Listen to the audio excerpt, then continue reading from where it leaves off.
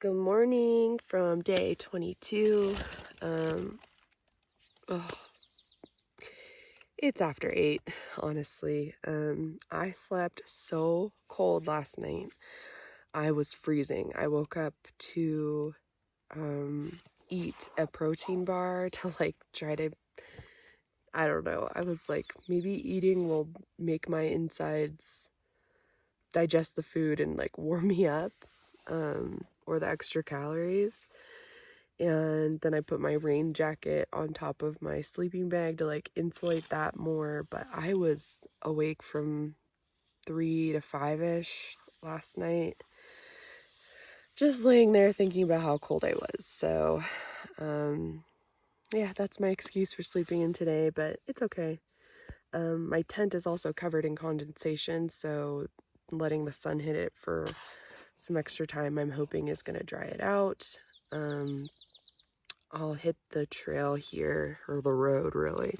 I'll hit the road here in maybe 30 minutes or so after finishing packing up my stuff and drying off my tent a little bit because I really don't want to pack it up wet. And then I'm going to go hit up the water tank that's down the road and then soak some oatmeal and then hit the trail. So, yep, that's day 22. I would like to do 16 miles today, 18-mile stretch goal, but we will see how the day progresses. One thing I keep forgetting to mention is I've had some gear failure. My flex tail air pump, which is like a tiny air pump for my air mattress, my sleeping pad, has stopped working. It stopped working. At first I thought it just I think it's supposed to last 30 inflates, and it has a rechargeable battery in it. And then I noticed weeks ago that it only lasted for 4 inflates in a row before it died. And then when I was charging it at home the other day, it the battery would flash red and then it would flash green and then it would flash red again, which was very confusing.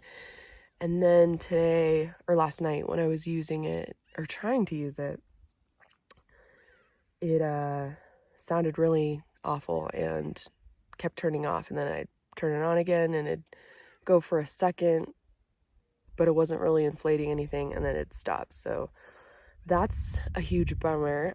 That was one of my favorite little luxury items I brought because, man, blowing up your sleeping pad at the end of the night is one of my least favorite things. It always makes me a little dizzy. So I'm going to have to figure that out. I got it on Garage Grown Gear, so I might reach out to them first and ask them what to do. If I should return it directly from there or if I should contact Flextail, because everyone says really good things about them, and I have used it before this trip and it was fine, but that was only on, one night backpacking trip. So it should be not failing after only, I think it started failing after 16 nights of use, so it really shouldn't be failing that quickly.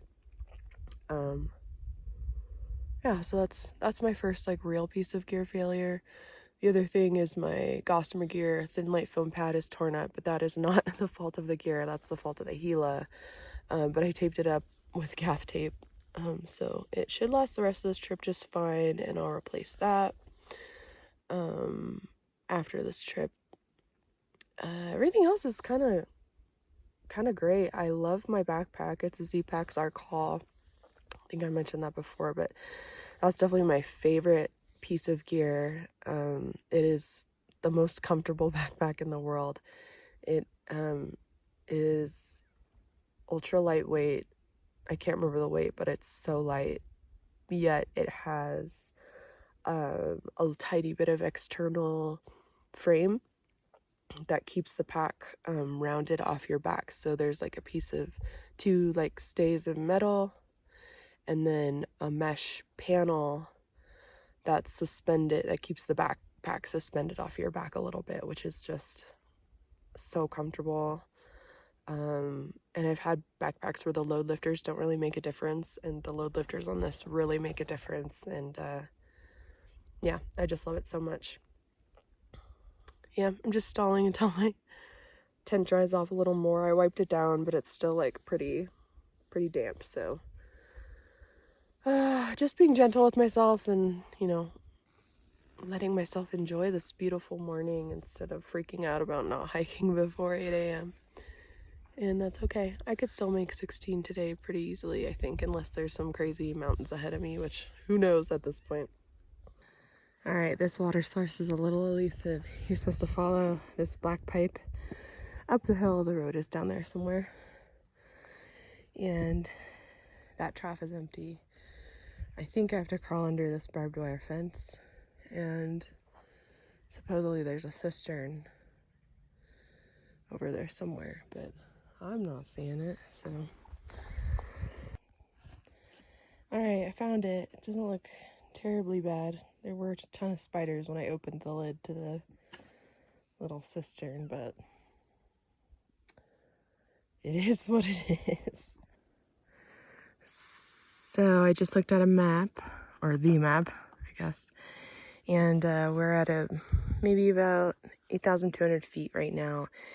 And the high point today, I guess we're climbing a mountain today, which I didn't realize is going to be almost 10,000 feet. I think I saw like 9,600. So yeah, no wonder I'm a little extra out of breath.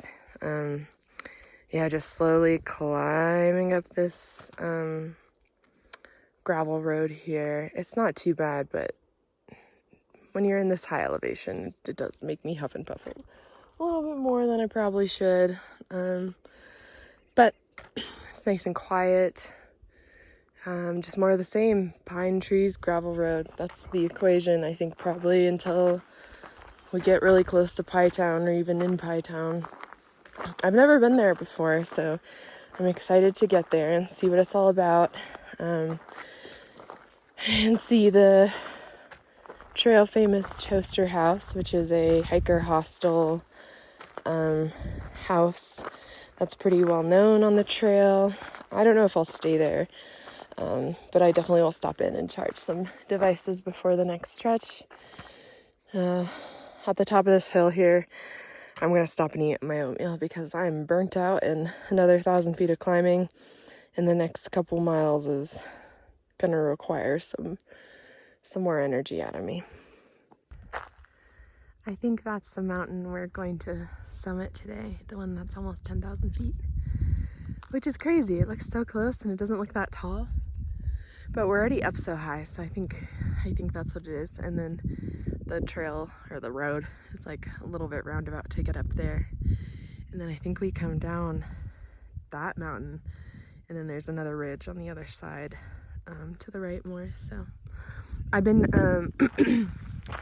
really dumb, and I think I'm gonna make a video when I'm done hiking about this, but about like tips I've learned as a newer long distance hiker.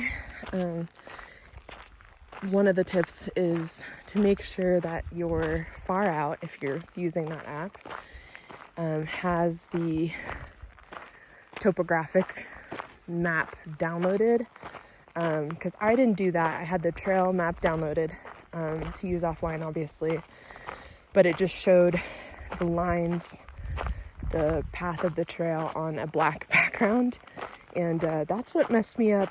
Excuse me, that's what messed me up when I had that kerfuffle at my pickup a couple days ago. So now I have it downloaded, and I can see like certain points like that mountain and some larger crossroads. And then I've also learned to, and most people already do this, so this isn't news to anybody, but to me it was, to cross-reference maps. Don't just rely on Far Out. I've been wrong on some things because Far Out just isn't as detailed as you want it to be, as great of a resource as it is. And so I cross-reference that with my Garmin GPS map. A lot of people use Gaia, or I think there's like a Jonathan Lay map set as well. on PDF. But just having a second map and not relying on far out. If you do need to get off trail or you need to tell someone, someone that's picking you up or a ride or whatever, a reference point, far out isn't always the best for that. So I now know that that is Mangus Mountain because I've slowly been learning.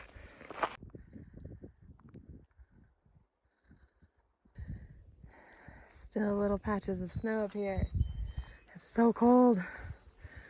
When you're climbing, you're not so cold, but the minute you stop, oh man. Okay, I made it to the top of the mountain. I am not going up to the lookout tower. Apparently there's, you can't go in the lookout tower, but there is a picnic table and a trash can and stuff. I don't want to do that. I am not interested, honestly. I just want to get off this mountain because it's cold. Also, a local just passed me and told me he saw wolves today, like 50 yards away on the road, so that's interesting. And then he also has seen some bear activity, which I saw earlier, so I'm not too worried about, well, I'm not too worried about wolves either. I'm not worried about either, but I do want to get through this area and have no significant wildlife encounters.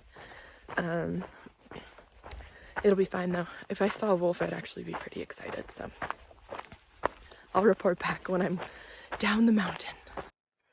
We are leaving this road now and continuing down this very rough looking road.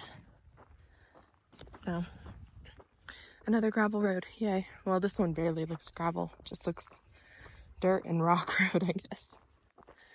I knew the CDT was a lot of road walking, but you really don't know how much until you do it. And of course, that's my fault. I took a road walk alternate, but it's not like a highway or a paved road walk, which is nice. So it's a part of the experience. If you didn't know this, the Continental Divide Trail technically isn't finished. They are working on completing it, but for now there's just like land easements that allow the coalition to utilize private and other types of land to connect the trail. So yeah, there's a lot of political things going on right now with public land, and I'm just really thinking about this trail that already is needing so much help to become an official, more established, connected, complete trail, and of course the other national scenic trails across the country too. So I don't know, I just feel lucky to be out here right now experiencing this. I feel lucky that we have these trails. I just got really scared. A group of deer just went flying down this mountain down, and they were making pap, pap, pap noises because they were going so fast. I think I startled them, but now that guy mentioned wolves and bears, I'm like a little, not on edge, but I was like, ooh. I like paused and like couldn't see the deer, and then finally I saw their little ears as they were hopping down the mountain.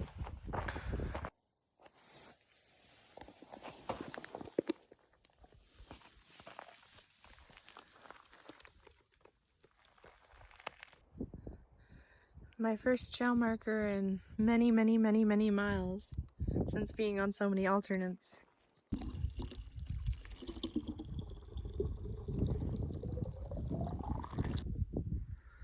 Last water for a while, and it's cold and delicious.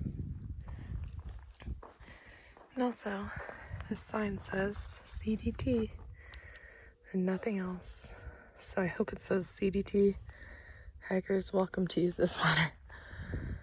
And there's this that's fallen over.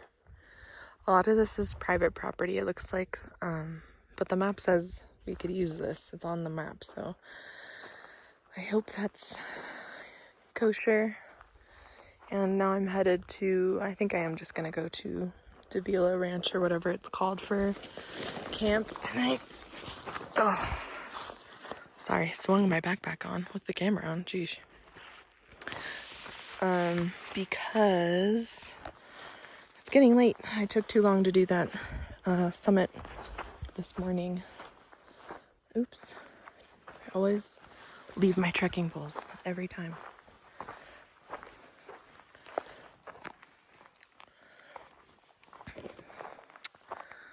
Yeah, it's getting late. It's 4 o'clock and I want to be at camp.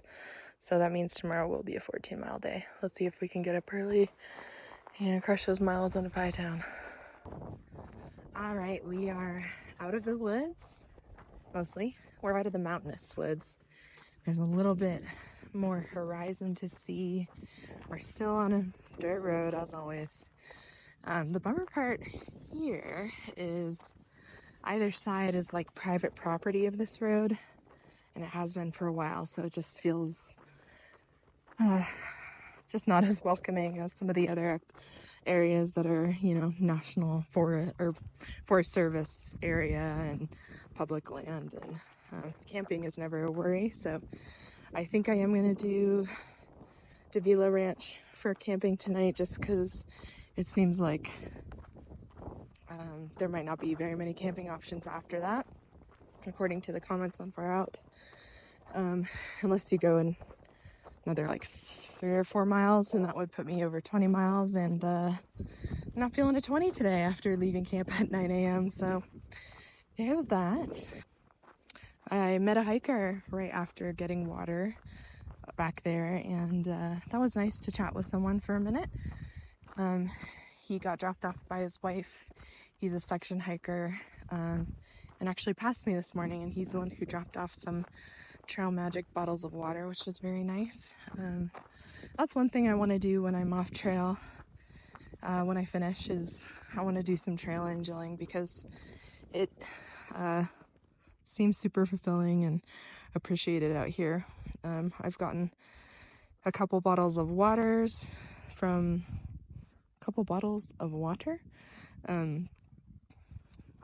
just drivers passing by, and an orange. And it's, even though those are little things, it's like, I just love that kindness. So I want to spread that when I'm off trail. Anyways, that's it for now. It's kind of been a boring road walk, foresty day. Like I said earlier, it's just going to be like this for a while, I think. But I will try to show you Davila Ranch when we get there in about 5 miles or so. Look at all these cool mountains. So fun. And we came out of those mountains today. I just love it when it opens up like this. Like, it's hard to catch on camera, but you can see so far. And it looks very flat out there. Oh, so stunning.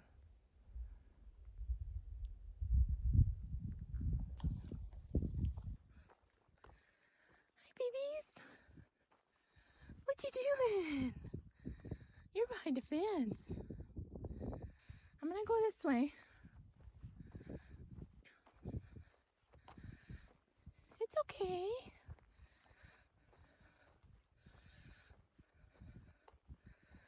It's okay.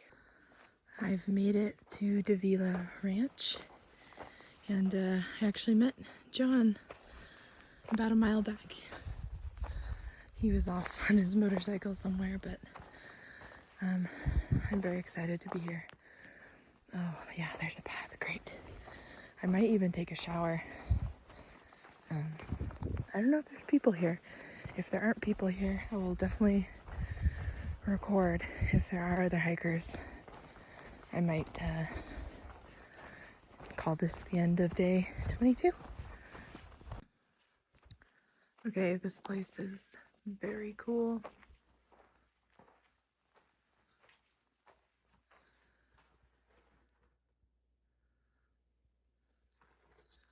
There's a fire pit, an old cabin, water. Oh, there's like a shed down there that I'm gonna put my tent under. And then this is, sorry, washer, dryer, fridge that has food in it, supposedly. Eggs, potatoes, an onion. Sign-in book, Wi-Fi. Can't wait to charge my stuff. And then a shower, bathroom.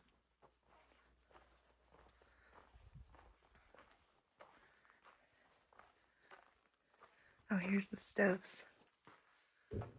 This is the kitchen. Wow. So cool. Sink.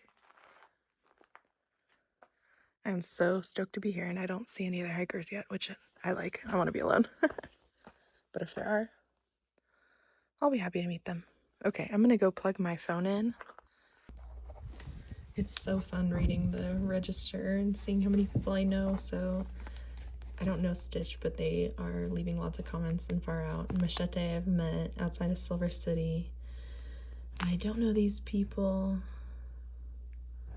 Chunks and Bookworm, those are the guys that I originally met in my shuttle at Lordsburg. They were here the 19th, so they're quite a bit ahead of me. Looks like my last guys didn't stop here though. Anyways, that's fun. Okay, just took a shower. It was hot, wonderful. They have towels. I am doing my laundry. That's what you hear back there. Cold soaking my dinner, and I also might make some potatoes if I can figure out how the propane stove works. I have some extra tortillas, so I'm gonna make a burrito. My tent's all set up. I feel really good. I'm the only one here, so I feel great about that. Yeah, it's been a lovely evening.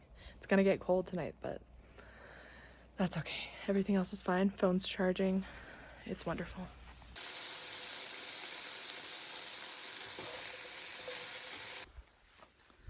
I can't get over how great this place is.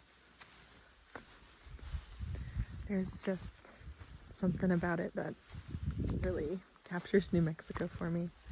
It's all like DIY, you know, kitchen, DIY shower, yet it's still so comfortable. And then look at this mountain. I'll have to look up what that's called. But can you believe how beautiful that is? What a stunning property. I love it so much. My potatoes are still cooking. Oh, that shower made me feel so much better. Even though I was only in town yesterday. No, that's not true. Yeah, I got back to trail yesterday. Today was a very sweaty day, so I'm feeling very happy to have had a shower and warm up at the same time. And it's gonna be another cold night, so